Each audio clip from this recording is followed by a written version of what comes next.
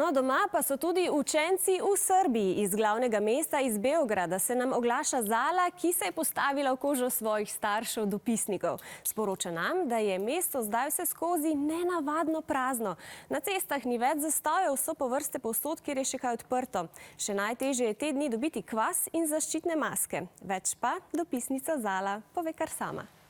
Živjo, ime mi je Zala in že 4 leta živim v Beogradu. Hodim v 7. razred mednarodne nemške šole.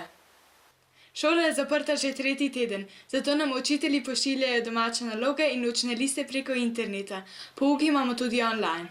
Nimam veliko prostega časa, zato med prostim časom berem, poslušam muziko in se pogovarjam s prijateljico Kiki. Včasih se sprehodim okoli hiše, da si raztegnem noge, seveda z masko.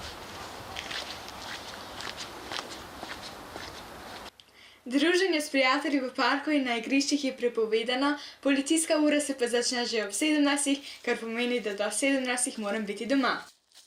Ko se začne policijska ura, se ne sme več iti ven. Tudi psi morajo počakati do naslednjega jutra.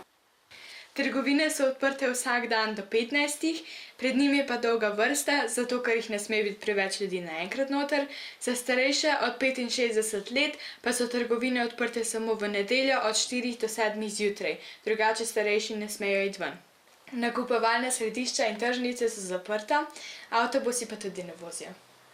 Pogrešam tudi babice in dedke in prijatelje v Sloveniji, ker so meje zaprte in jih zato za velikonočne praznike ne bom mogla obiskati. A to je le nekaj ukrepov. Upam, da jih ne bo več in da ne bo predolgo trajalo. Zato raje ostajam doma.